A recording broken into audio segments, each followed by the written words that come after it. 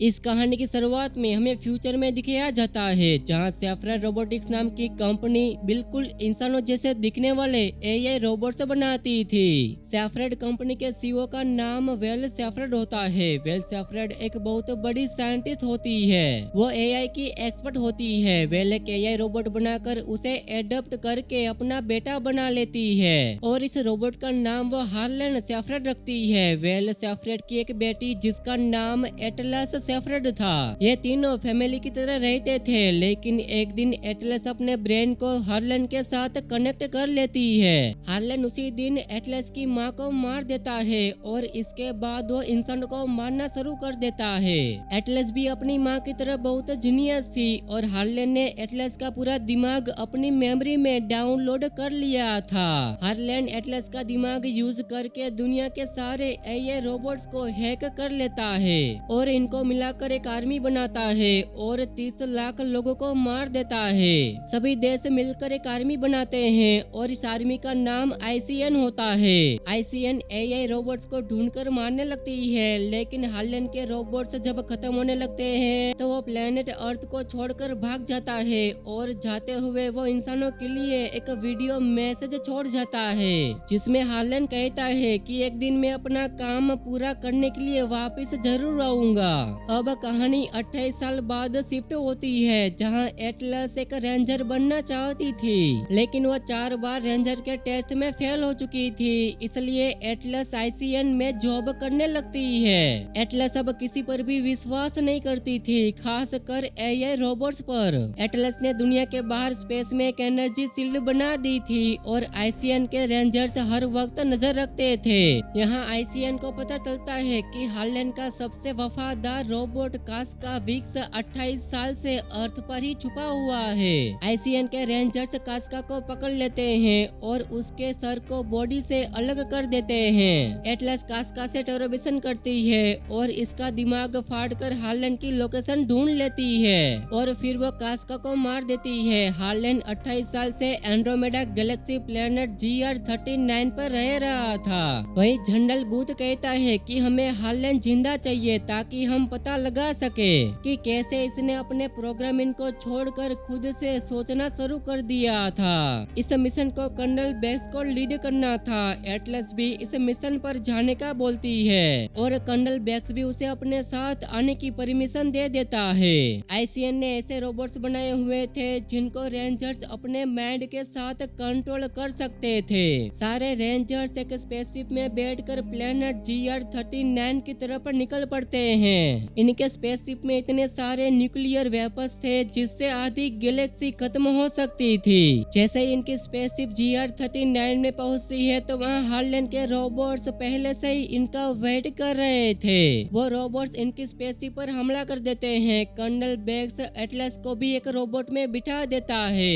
Atlas के robot का नाम स्मिथ है। स्मिथ एटलस को बचाकर GR39 की सरफेस पर ले आता है। स्मिथ बार बार एटलस से कहता है कि अपना माइंड मेरे सिस्टम के साथ कनेक्ट करो, लेकिन एटलस बार बार स्मिथ को मना करती रहती है, क्योंकि एटलस को पता था कि हार्लेन ने 28 साल पहले जिन 30 लाख लोगों को मारा था उन सबकी मौत की जिम्मेदार वो है। इसलिए वो नहीं चाहती थी कि अब एक और रोबोट उसके ब्रेन में घुस जाए।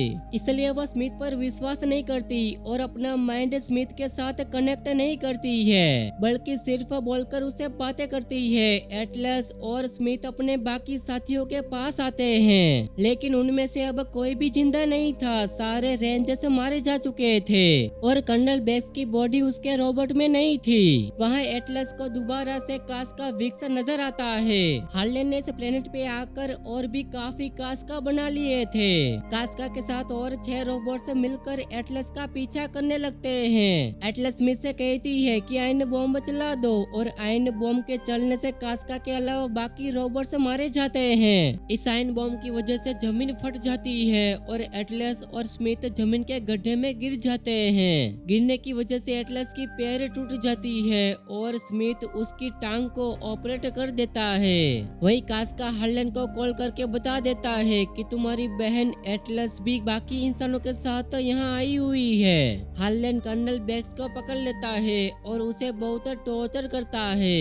अर्थ के चारों ओर बनी एनर्जी शील्ड को डिसेबल करने का कोड उससे पूछ रहा था। उधर एटलस को भी रियलाइज हो जाता है कि स्मिथ को अच्छे से यूज करने के लिए उसे अपना ब्रेन स्मिथ के साथ कनेक्ट करना होगा। जब एटलस अपना ब्रेन स्मिथ के साथ कनेक्ट करती है तो एटलस को स्मिथ की सिस्टम और वेपन्स की समझ आने लगती है। एटलस और स्मिथ VR-39 पर जाने के लिए एस्केप बोर्ड की तरफ जाने लगते हैं। तभी रास्ते में हार्लेन का हेडक्वार्टर होता है। वहाँ बहुत सारे रोबोट्स उन्हें पकड़ लेते हैं और उन्हें हार्लेन के पास ले जाता है। हार्लेन कहता है कि काफी देर से मैं तुम्हारा इंतजार कर रहा था। हार्लेन ने सील वर्ल्ड को डिसेबल करने का एक पास कोड कर्नल बेक्स से ले लिया था और दूसरा कोड वो एटलस से ले लेता है। इसके बाद हार्लेन बताता है कि तुम्हें क्या लगता है, तुम यहाँ अपनी मर्जी से आए हो, लेकिन तुम सबका यहाँ आना मेरे प्लान का हिस्सा था। हार्लेन कहता है कि मैंने खुद ही कास्का को बोला था कि वो अरेस्ट हो जाए और तुम्हें मेरी लोकेशन बता दे। हार्लेन को पता था कि ICN VR-39 पर आई थी। वह बहुत सारे न्यूक्लियर वेपन्स अपने साथ लेकर आए थे। हार्लेन को वो न्यूक्लियर वेपन्स चाहिए थे और अर्थ की एनर्जी शील्ड को डिसेबल करने का पास कोड भी चाहिए था। एटलस ने जब बचपन में अपना माइंड हार्लेन के साथ कनेक्ट किया था तब से हार्लेन को लगने लगा था कि इंसान प्लेनेट अर्थ को डिस्ट्रॉय कर रहा है। इसलिए वो चाहता था कि कुछ इंसानों को छोड़कर बाकी सारे इंसानों को मार दिया जाए। इसके बाद अर्थ भी इंसानों के साथ डिस्ट्रॉयड नहीं होगी और AI रोबोट्स भी इंसानों के साथ मिलकर रह पाएंगे। अब कर्नल बेक्स और एटलस की ऑक्सीजन खत्म होने वाली थी, इसलिए हार्लेन उन दोनों को मरने के लिए छोड़ देता है और प्लेनेट अर्थ को एनर्जी शील्ड को डिसेबल करके बहुत सारे न्यूक्लियर वेपन्स अर्थ को डिस्ट्रॉय करने के लिए भेजने लगता है। तभी एटलस दोबारा से स्मिथ के साथ कनेक्ट हो जाती है और उसे अपने पास बुलाती है। स्मिथ और एटलस मिलकर पहले न्यूक्लियर वेपन्स वाली स्पेसशिप को डिस्ट्रॉय करते हैं और फिर हार्लेन के साथ लड़ने लगते हैं। पहले तो हार्लेन स्मिथ को बहुत डैमेज कर देता है, लेकिन फिर एटलस हार्लेन को मार देती है। स्मिथ ने एटलस को बचाने के लिए अपनी परवाह किए बगैर हर तरह से लड़ा था और उसने अपनी कुर्बानी की थी। एटलस अब स्मिथ पर ट्रस्ट करने लगी थी और उसे स्मिथ के साथ अब काफी लगाव होने लगा था। स्मिथ एटलस को बताता है कि तुम्हारी ऑक्सीजन खत्म होने वाली है। फिर स्मिथ अपनी सारी ऑक्सीजन देकर खुद बंद हो जाता है। तभी बहुत सारे रेंजर्स एटलस को बचाने के लिए पहुंच जाते हैं और वो एटलस को अपने साथ लेकर वापस अर्थ पर आ जाते हैं। अब कहानी के लास्ट सीन में हम देखते हैं कि एटलस अब रेंजर बन चुकी है और उसने अपने लिए एक और AI रोबोट बना लिया है और इस रोबोट के अंदर से वही स्मिथ एटलस से बात करता है और इसी के साथ एक कहानी यहीं पर खत्म हो जाती है। दोस्तों, कहानी पसंद आई हो तो वीडियो को लाइक और चैनल को सब्सक्राइब कर देना।